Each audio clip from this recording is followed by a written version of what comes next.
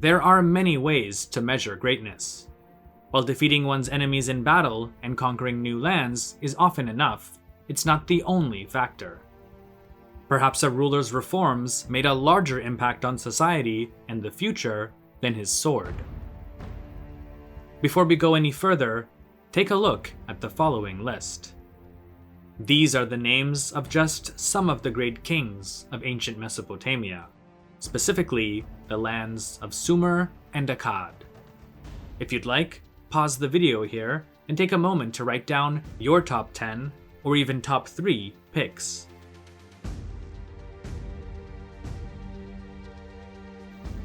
The channel's patrons on Patreon and I combed through the same list to come up with those we felt were the top 10 kings of ancient Mesopotamia. There were just a few requirements. One is that the king had to be a native of Mesopotamia, as in born there. So, though Cyrus the Great and Alexander the Great were both technically kings of Babylon and ruled over Mesopotamia in its entirety, among other places, they're not native to the region. One was from Persia, and the other, Macedon. Also, we're only going to include historical figures who have been confirmed by modern archaeology. So, for example, though Gilgamesh is listed on the Sumerian king list as a ruler from Uruk, and there are many tales from Sumerian literature with regard to his adventures and great deeds, other than this, there's no real evidence in the form of any inscriptions or artifacts pertaining to him to prove that he actually existed. So, being native to Mesopotamia and an actual historical figure were the two requirements for this list. You, though, may have your own list and ranking, which I'd love to hear about in the comments. So without further ado, let's begin.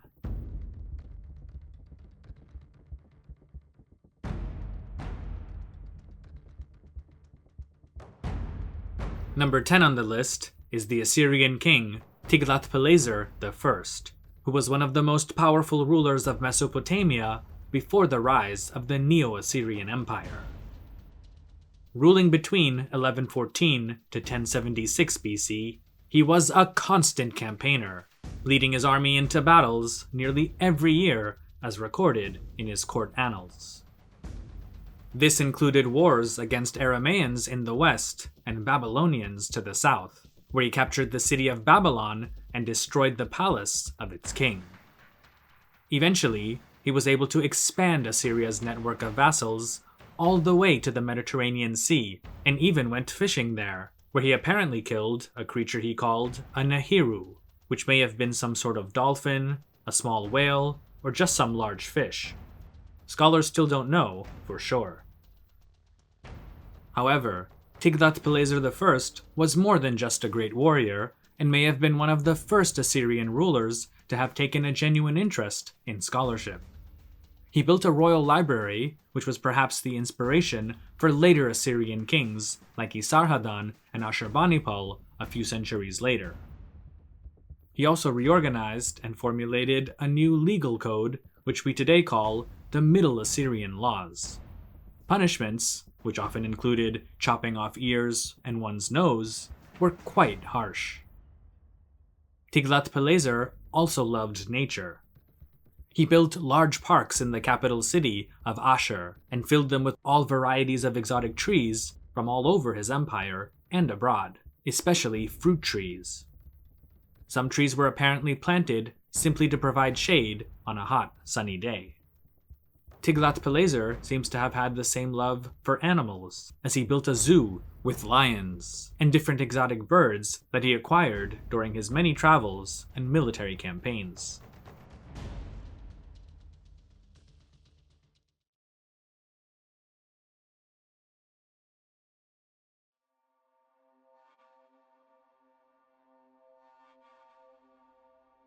Shulgi was the second and most powerful ruler of the royal house that we today call the Third Dynasty of Ur, the rulers of what became known as the Neo-Sumerian Empire. For much of his long reign, he presided over a vast domain stretching from the Mediterranean Sea to central Iran. Reigning between 2094 to 2047 BC, Shulgi was a great administrator who set up a strong centralized government with a highly efficient bureaucracy that was able to help him govern an empire that at its height may have been just as large as the Akkadian one that preceded it. He also promoted Sumerian language and culture, which arguably had been in danger of dying out after long years of Akkadian rule. Sumerian was once again made the official language of the government and heavily promoted in the arts. Calling himself the shepherd of his people, Shulgi seems to have been a very popular king, with several hymns composed in his honor. Later on during his life, he was viewed as a god, both by his people and himself. I suppose when you've ruled for nearly 50 years, which was about double the estimated lifespan of most people in early antiquity, it's not hard for many to think that you're immortal. Shulgi was the last great Sumerian king, and shortly after his death, the Neo-Sumerian Empire began to unravel. But it's probably thanks to him that Sumerian survived as a religious and literary language for almost another couple millennia, long after it ceased to be the vernacular in Babylonia.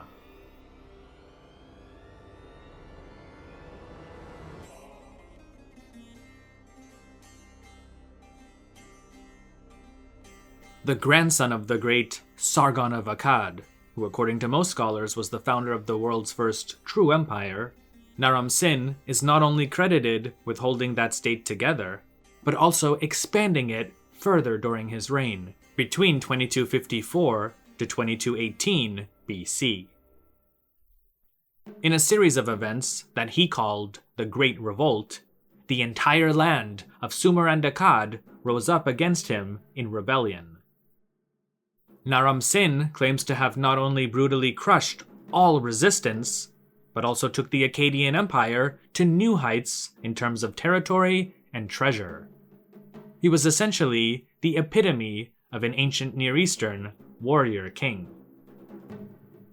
Like Shulgi, Naram-Sin also eventually came to view himself as a god, and anointed himself to be the divine protector of the Akkadian Empire's capital city of Agade. However, in later literature, for example, the famous Sumerian piece called The Curse of Agade, which is a cautionary tale about how Naram-Sin's arrogance and anger brings destruction to himself and his empire, he's not always viewed in the best light. Historically, though, the events described in such literature actually didn't occur during his reign. As far as we know, at his death, Naram-Sin was still the most powerful person in Mesopotamia, and probably the world.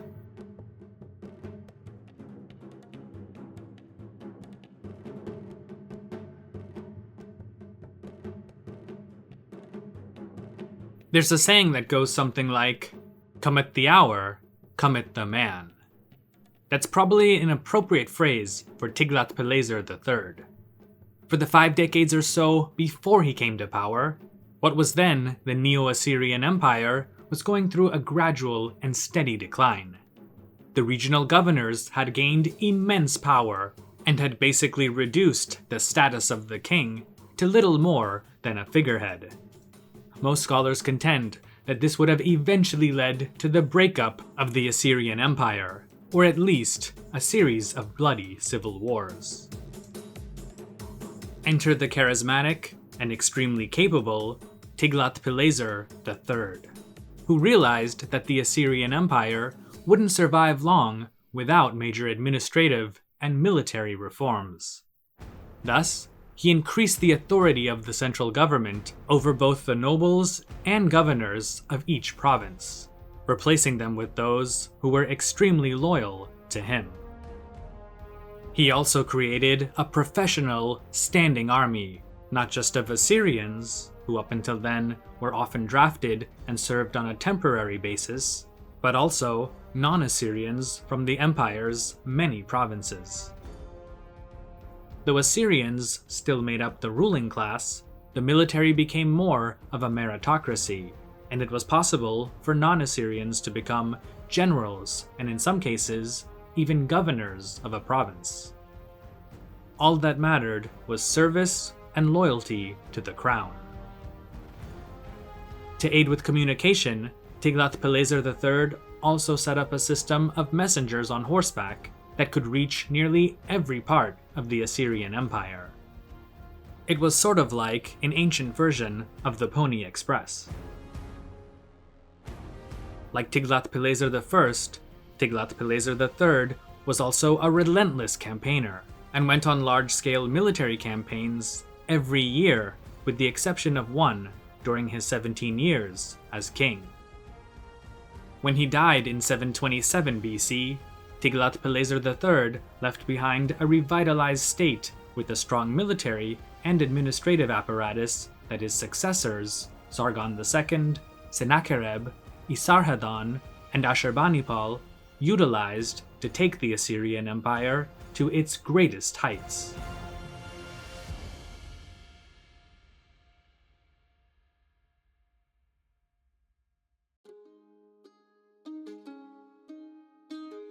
Gudiya, the ruler of Lagash. Though he's on the record for fighting his share of battles, unlike other kings of ancient Mesopotamia, several of whom are on this list, Gudiya didn't brag about his prowess as a battle-hardened warrior or the number of enemies that he slew. What made him different was his emphasis on a ruler's piety towards the gods, specifically in his case, Ningirsu, the patron deity of Lagash. Gudiya likened himself to a shepherd tending over his flock, and not some all-powerful ruler to be feared. Gudiya's inscriptions were written in a high form of classical Sumerian, a language that at the time had been steadily on the decline. In this way, he may have even influenced later Neo-Sumerian kings like Shulgi, who also used such language and its imagery in his inscriptions and in literature. Gudiya is known to have built or drastically renovated at least 12 temples and holy sanctuaries during his reign, as well as commissioning a lot of art with religious themes. The most famous are statues of himself in prayer or contemplation, which was in stark contrast to scenes of mighty warrior kings smiting their enemies, a common theme in most royal art from the time period. For these and other reasons, Gudiya has rightfully been placed on this list of the greatest rulers of ancient Mesopotamia.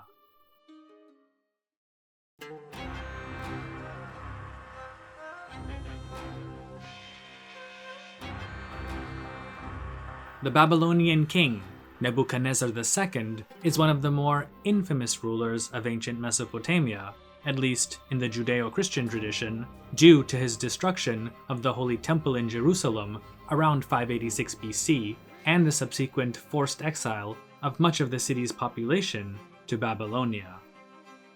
One, though, can't deny that he was an extremely powerful ruler in Babylonian history, even more so than the famous Hammurabi. Nebuchadnezzar II extended Babylon's dominion from the Zagros Mountains in eastern Iran to the shores of the Mediterranean Sea and the borders of Egypt. Much of the tremendous amount of revenue brought in from his conquests and taxes collected transformed Babylon once again into the greatest city of its time.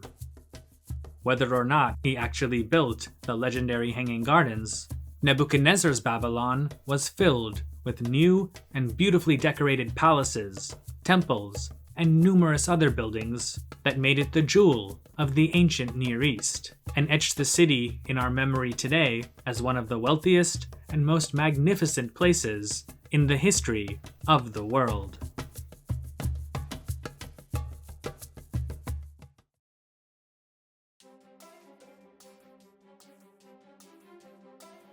Next on the list is Lugal Zaghesi.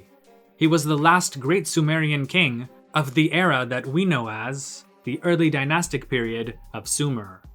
Starting out from his home city of Umma, Lugal Zaghesi first conquered and all but obliterated the neighboring and rival kingdom of Lagash, He then went on to capture the great city of Uruk, Mesopotamia's largest urban center at that time.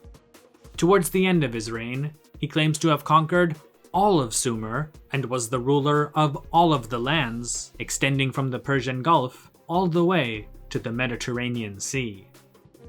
Most scholars, though, reject this, but they do recognize that Lugal Zaghesi probably ruled over all of Sumer and would have extended his reach further had it not been for a man named Sargon of Akkad. However, Lugal Zaghesi does seem to have been the first ruler to have politically united the Sumerian world into one state, even if it was for a very short time.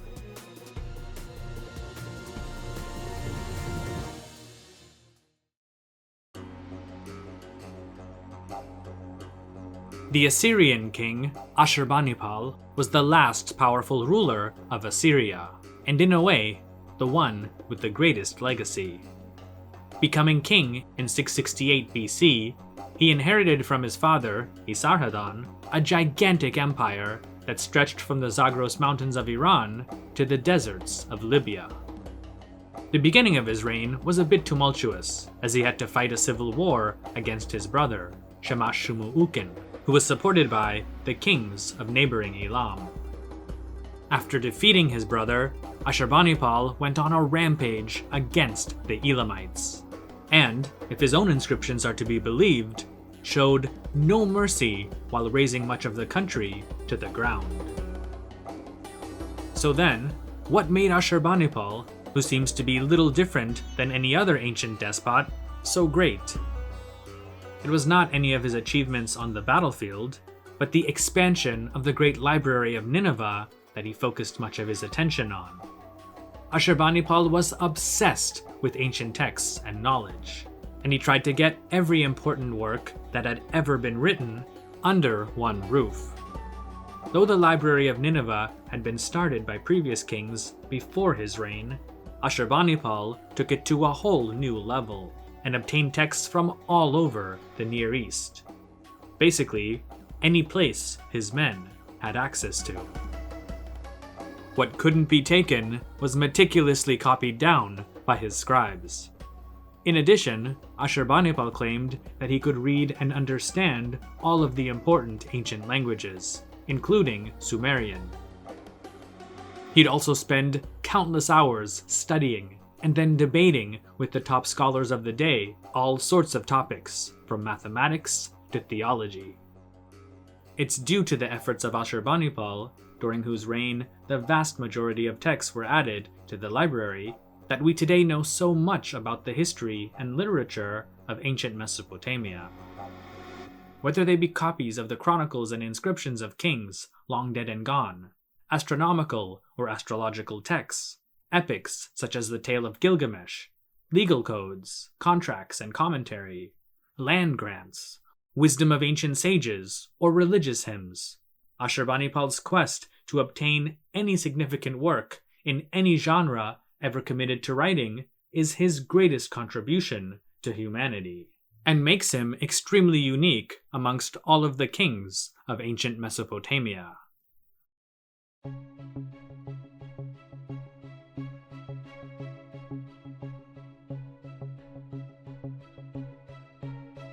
In the year 1792 BC, Hammurabi became the sixth king of the Kingdom of Babylon. At the time, there were many such kingdoms in Mesopotamia, including those of Larsa, Eshnunna, the Kingdom of Upper Mesopotamia, Mari, and others. In dealing with his neighbors, Hammurabi proved to be a great strategist who knew how to play his enemies, and even his allies, against each other to obtain his goals. This eventually allowed him to create one of the largest empires in the history of ancient Mesopotamia. Most of the stupendous wealth that flowed into Babylon's coffers was used to build new fortresses, temples, canals, and scribal schools. One of Hammurabi's greatest legacies was the compilation of a new law code that we today refer to as Hammurabi's Code. Though not the first of its kind, It soon became the most widely used legal code for the next millennia or so, until other legal traditions were meshed with it. To make sure that these laws were followed in all of the territories under his control, Hammurabi appointed many judges to administer them. After 42 years on the throne, Hammurabi died in the year 1750 BC, accomplishing more in his lifetime than most dynasties would during the reigns of several rulers.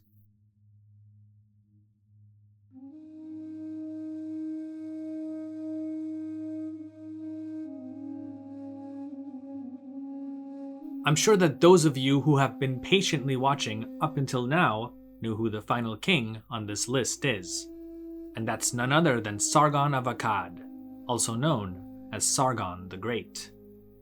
As far as we know, he was the founder of the first true empire in world history, the Akkadian Empire. If the legendary tales about him, including his autobiographical inscriptions, have some truth to them, then Sargon was mostly a self-made man. Unlike many other kings, he didn't inherit his throne, but had to fight for it, getting men to follow him based mostly on his intelligence, charisma, and vision. The ruling class of the day spoke Sumerian, but Sargon was a native Akkadian speaker, and before becoming king himself, was the cupbearer of Ur-Zababa, the ruler of Kish. However, his career as king is much better documented. Though there's some gaps in the historical record, somehow Sargon gained a large enough following to take on the Sumerian king, Lugal Zaghesi, who we mentioned earlier. He then defeated him and went on to conquer the other great cities of Sumer, including Uruk, Lagash, Ur, and others. By the time he was done campaigning, he had spread his new empire all the way to the Mediterranean Sea. Interestingly, instead of taking any of the ancient and prestigious cities of Sumer as his seat of government, Sargon built an entirely new capital called Akkad in his homeland of Akkad, just north of Sumer. Though the city's precise location has yet to be found, we're told that it became the primary trade hub of the region, with ships docking there from as far away as Oman and the Indus Valley. Along with being a great warrior, Sargon also was a great administrator and reorganized his empire into various districts or provinces, with governors who were directly loyal to him. He also standardized weights and measures to make commerce easier, and provided military escorts for trade caravans in order to protect them from bandits. Along with stripping a great deal of power from the Sumerian religious establishment, Sargon made Akkadian the official language of his empire. It later became the lingua franca for the entire Near East, and beyond, for almost 2,000 years. So it's for these and other reasons that Sargon of Akkad is number 1 on our list of the greatest kings of ancient Mesopotamia. But what do you think? Would you have picked someone else, or added other kings to this list? Let me know in the comments below. As always, thanks so much for watching. I really appreciate it. I'd also really like to thank Grankek69, Jaap de Graaf, Pasta Frola, Michael Lewis, Danielle Allen, Danny Van Eck, Wenix TV, Robert Morgan, Frank, Tim Lane, Sebastian Hurtado Correa, Michael Trudell, John Scarberry, Franz Robbins, Brendan Redman, Faridun Dadachanji, Jimmy Daruwala, Anahita Debu, Sher Kam, Farhad Kama, and all of the channel's patrons on Patreon for helping to support this and all future content.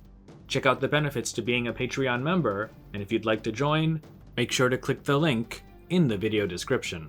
You can also follow History with Sai on Instagram, Facebook, and Twitter, as well as listen to special audio programs on the History with Sai podcast. Thanks again, and stay safe.